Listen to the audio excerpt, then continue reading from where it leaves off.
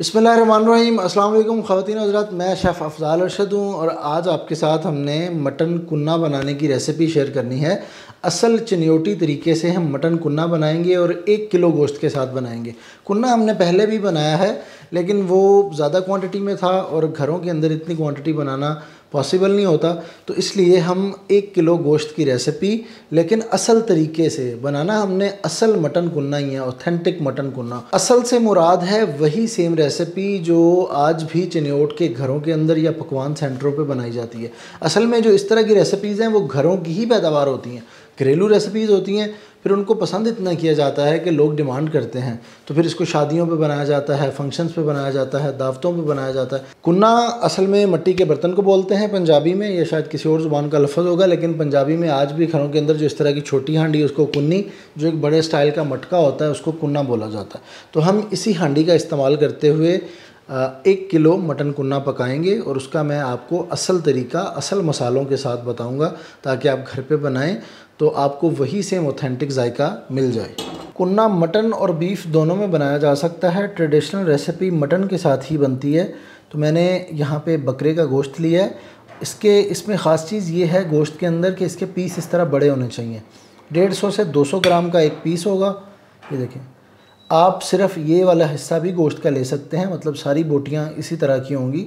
उसको बोंग या मछली बोलते हैं, पिंडली वाला गोश्त होता है। ये खाने में लजीज होता है, कुछ लोग सिर्फ इसी के साथ भी बनवाते हैं इसको। तो ये गोश्त 1 किलो ले लिया हमने।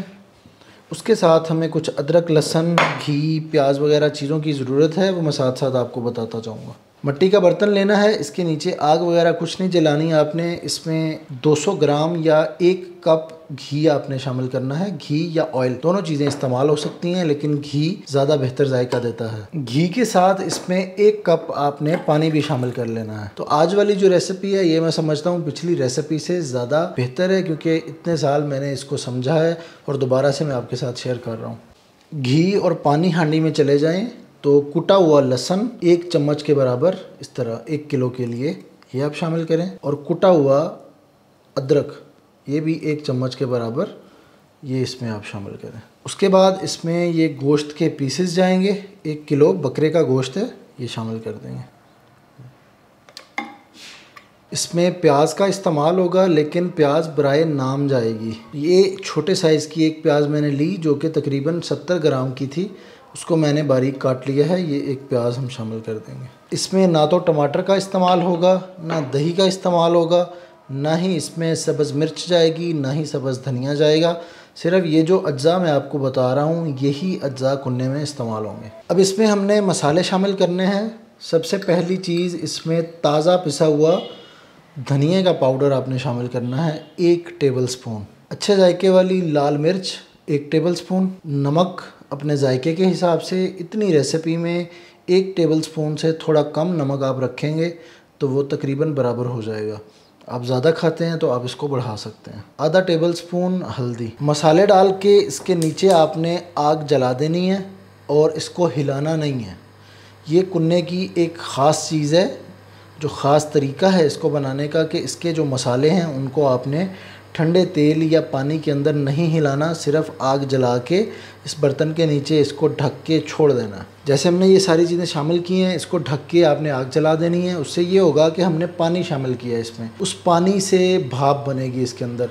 और ये मसाले पड़े हुए हैं अभी गोश्त के ऊपर, तो जैसे जैसे वो भाप ऊपर आएगी ये मसाले सारे अच्छी तरह खुल जाएंगे। इसी तरह आधा पौना घंटा आपने आग जलने देनी है। इसको बोला जाता है आम ज़ुबान में कि कुन्ना खुल जाएगा, तो उससे पूरी स्टीम अंदर भर जाएगी। पानी की वजह से मसाले सारे अच्छी तरह से नरम हो जाएंगे, प्याज नरम हो जाएगी। फिर जब हम इसको हिलाएंगे ना तो हर चीज़ स्मूथ ग्रेवी बन जाएगी। तो इसको खुलने का इंतज़ार करना है आधा पौना घंटा, मैं आपको दिखाऊंगा। अभी इसको ढक के इसके नीचे तेज़ आग जला दें। अब यहाँ से देखें कि इसके नीचे हमने आग जलाई है। अभी कोई 10 मिनट गुजरे हैं तो इसके अंदर से अच्छी स्टीम निकलना शुरू हो गई है।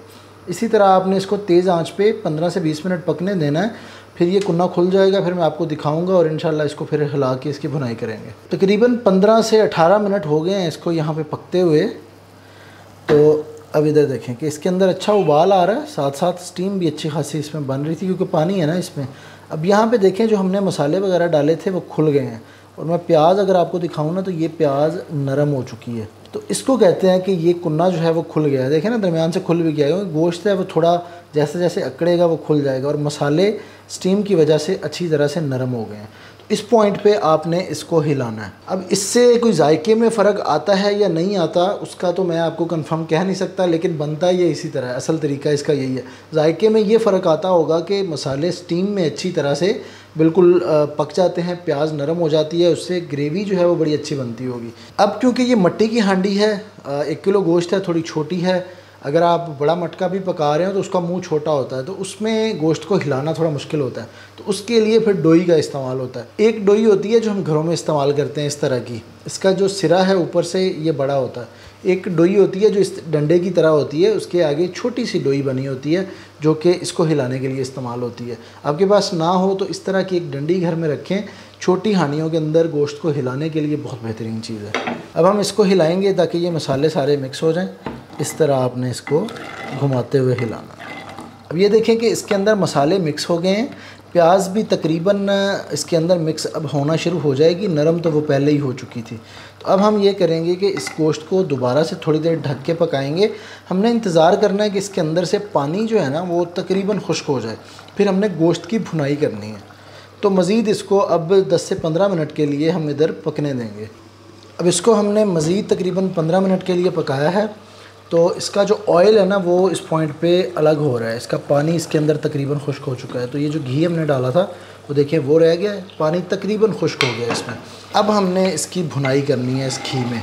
तो ये जो गोश्त है ये इस घी में इस तरह भुनेगा। आपने इसको हल्का हल्का हिलाना है, साथ साथ भूनना है। 4 से 5 मिनट के लिए अच्छी इसकी भुनाई होनी चाहिए। अच्छा, मुझे वो हांडी थोड़ी छोटी लग रही थी, हिलाने में थोड़ी सी मुश्किल हो रही थी। जब बोटियां नरम हो जाएंगी ना फिर उन्होंने टूट जाना था अगर उसी तरह हमें हिलाते। तो मैंने हांडी थोड़ी बड़ी ले ली है। तो आप कोशिश करें कि स्टार्टिंग में बर्तन थोड़ा आपका खुला हो ताकि ईज़िली हम पका सकें। अब आगे जो काम होगा उसमें हम ग्रेवी तैयार करेंगे इसकी और गोश्त को गलाएँगे, और उसके लिए हम दोबारा से फ्रेश पानी इसमें शामिल करेंगे। मतलब स्टार्टिंग से आपने नोट किया कि हमने पानी शामिल किया घी के साथ, पानी खुश्क हो गया, कुन्ना खुल गया, उसकी भुनाई की, उसके बाद पानी खुश्क करके दोबारा से फ्रेश पानी डालेंगे ग्रेवी के लिए। पानी की क्वांटिटी तकरीबन 4 कप आपने डालनी है, उससे हम गोश्त को भी गलाएंगे और एट दी एंड ग्रेवी भी तैयार करेंगे। जैसे ही पानी शामिल करेंगे तो ये शोरबे की शक्ल में आ जाएगा। तो टेंशन आपने नहीं लेनी, क्योंकि इसको जब हम आगे पकाएंगे तो गोश्त ने गलना है अभी। तो ये तकरीबन 2 से 2.5 घंटे पकेगा असल कुन्ना तैयार करने के लिए। तो उसके लिए हमें पानी की ज़रूरत है ताकि हमें बाद में पानी ना डालना पड़े, और एट दी एंड हमें ग्रेवी भी चाहिए तो उसके लिए भी पानी की ज़रूरत पड़ेगी। अब जब ये शोरबा सा तैयार हो जाए तो आपने एक चीज़ देखनी है कि ये स्मूथ होना चाहिए, इसके अंदर आपको प्याज वगैरह तैरती हुई नज़र नहीं आनी चाहिए। तो आप समझें कि सही ट्रैक पे आप जा रहे हैं। तो अब इसकी आग मैंने दोबारा से तेज़ कर दी है ताकि इसको एक अच्छा जोश आए। अब देखें इस पानी में अच्छा उबाल आने लग गया है, तो हम इसकी आग को थोड़ा धीमा करेंगे और इसको ढक के रख देंगे उतनी देर जितनी देर तक गोश्त बिल्कुल नरम नहीं हो जाता। आपने इसको आराम से 2-2.5 घंटे पकने देना है। बहुत आसान रेसिपी है लेकिन टाइम टेकिंग है। जैसे ही ये गोश्त बिल्कुल नरम हो जाएगा हम फिर इसका आखिरी प्रोसेस करेंगे 10-15 मिनट का, और ये कुन्ना रेडी हो जाएगा। तो अब इसको इधर पकने देते हैं ताकि गोश्त अच्छा नरम हो जाए। अब गोश्त को देखें कि ये इतना नरम हो गया है कि अपनी शक्ल इसने बरकरार रखी हुई है, लेकिन आप इसको पकड़ के खींचेंगे तो ये हड्डी से अलग भी हो जाएगा और ये देखें गला भी हुआ है। कुन्ने का गोश्त बहुत ज़्यादा नरम होता है तो इसके अंदर जो 3-4% की कसर बाकी है वो इसके आखिरी दम में निकल जाएगी। अब तक इसके साथ ये हुआ है कि हमने जितना पानी डाला था उसमें से तीसरा हिस्सा पानी का खुश्क हो जाएगा। बाकी जो पानी है वो इसके अंदर एक शोरबे की शक्ल में, जिसके अंदर पूरे गोश्त का जायका है, वो आपके पास आ जाएगा। ये देखें ये वाली चीज़ आ जाएगी। आपने एक ख़ास चीज़ का ख्याल रखना है कि इसके नीचे जब इसको दम पे लगाया हो 2-2.5 घंटे के लिए गोश्त गलाने के लिए, आग बिल्कुल धीमी होनी चाहिए, वरना पानी खुश्क हो जाएगा, गोश्त के जलने का ख़तरा भी होता है। अगर किसी वजह से पानी आपका ड्राई हो जाए तो आप मज़ीद पानी उसी टाइम डाल दें और इसको फिर आधा-पौना घंटा या जो भी टाइम आपका बचा हो गोश्त के गलने में वो मज़ीद इसको पकने दें। कोई ऐसा मसला नहीं है, हो जाता है इंसान से। कुन्ने का शोरबा गाढ़ा होता है, ये काफ़ी पतला है, तो इसके अंदर पूरा फ्लेवर तो आ चुका है। जो गोश्त की यखनी है सारी, जो इसके अंदर जितने भी हमने फ्लेवर्स डाले थे, मसाले डाले थे, बड़ा बेसिक बड़ा सिंपल इसका जायका है इस पॉइंट पे। तो ये अभी एक शोरबे की शक्ल में, इसको हमने ग्रेवी गाढ़ी करनी है। तो ग्रेवी गाढ़ी करने के लिए हम निहारी की तरह इसमें आटे का इस्तेमाल करेंगे। आप सफ़ेद आटा ले लें या गेहूं का आटा ले लें, 2 चम्मच आटा डालें और इसमें कुछ पानी डालें जिससे ये आटा अच्छी तरह मिक्स हो जाए। पतली लई बनानी है, बहुत गाढ़ा नहीं रखना है इसको। वैसे जो पकवान सेंटर वगैरह पे बनते हैं उसमें सफ़ेद आटे का इस्तेमाल होता है, जो मिल वाला आटा होता है। इसको अच्छी तरह मिक्स करें, इसमें कोई गुठली नहीं होनी चाहिए। आटा शामिल करने से पहले इसके नीचे आग थोड़ी तेज़ कर लें ताकि ये अच्छी तरह से दोबारा से गर्म हो जाए, अच्छा जोश आए। अब ये जो आटा हमने मिक्स करके रखा है इसको थोड़ा थोड़ा करके शामिल करेंगे और साथ साथ इसको आपने हिलाना भी है। ये देखें, इस तरह आटा डालें, हिलाएं भी आराम से इस पॉइंट पे, क्योंकि ये जो है ना बोटियाँ टूट जाएंगी बिल्कुल। तो ये जो लई हमने बनाई है वो 3 से 4 टेबल स्पून आप डालेंगे तो मेरे ख्याल में ये बेहतरीन हमारे कुन्ने की ग्रेवी गाढ़ी हो जाएगी।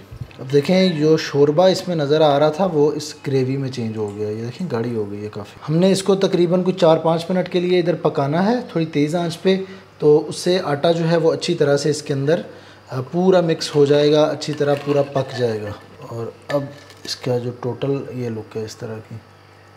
अब ये मेरे पास काला ज़ीरा है, शाह ज़ीरा जिसको बोलते हैं, ये 1 टीस्पून आपने लेना है। इसको मसल के इसके अंदर शामिल करना। आग नीचे जल रही है, उसको थोड़ा स्लो कर दिया है, दोबारा से इसको ढक देंगे 10 से 15 मिनट के लिए। हल्की आंच पे जो गोश्त के अंदर कसर बाकी थी वो भी ख़त्म हो जाएगी, बिल्कुल नरम गोश्त हो जाएगा और ग्रेवी हमारी पक जाएगी। ये आखिरी दम है इसका 15 मिनट के लिए, उसके बाद इंशाल्लाह इसको हम सर्व कर सकते हैं। चलिए, इसकी आग मैंने बंद कर दी है और 5 मिनट के लिए इसको मैंने वैसे ही रेस्ट दिया था ताकि इसका जो घी वगैरह है वो अलग हो जाए। अब आप इसकी माशाल्लाह शक्ल देखेंगे, तरी ऊपर आ चुकी है और जो ग्रेवी है ना वो गाढ़ी हो चुकी है। और बोटियाँ देखें, अभी तक बोटियों ने अपना आप है वो तो बरकरार रखा हुआ है, लेकिन बहुत नरम है। हाथ लगाते हुए महसूस होता है कि यार बहुत ज़्यादा सॉफ्ट है। ये देखें, यही चीज़ होनी चाहिए कुन्ने के गोश्त में ख़ास तौर पे। और ये जो ग्रेवी है ना ये भी बड़ी कमाल की गाढ़ी हो चुकी है। ये देखें, माशाल्लाह, बहुत आला। अगर आप 2 से 3 हज़ार रुपये का गोश्त लेके एक डिश बना रहे हैं ना, तो मेरे ख़्याल में उसमें इतनी ग्रेवी हो कि घर का हर फर्द ईज़ीली रोटी वगैरह उसके साथ खा सके। आप इसको ड्राई करना चाहें तो कर सकते हैं, लेकिन इतनी ग्रेवी इसके अंदर होनी चाहिए जो कि इन बोटियों के साथ खाई जा सके। अब निकालते हैं इसको एक बर्तन में और थोड़ा टेस्ट करते हैं। ये देखिए, माशाल्लाह, काले ज़ीरे की बड़ी प्यारी खुशबू आ रही है।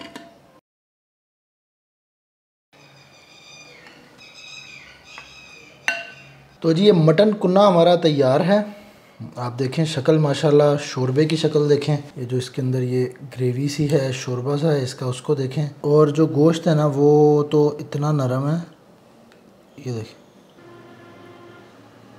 ये देख रहे हैं हड्डी से किस तरह अलग हो गया। यार मसाले तो हमने 3-4 ही डाले हैं, लेकिन इतना कमाल जायका आपने शायद ही किसी गोश्त के ग्रेवी के अंदर खाया होगा। मैं कहता हूँ बहुत कमाल जायका है यार, बहुत कमाल। इसको टेस्ट करते हैं। बिस्मिल्लाह, मुँह में पानी आ रहा है तो बड़ा मज़ा आएगा इसको अगर आप रोटी या नान के साथ खाते हैं तो। ये जो ग्रेवी है ना,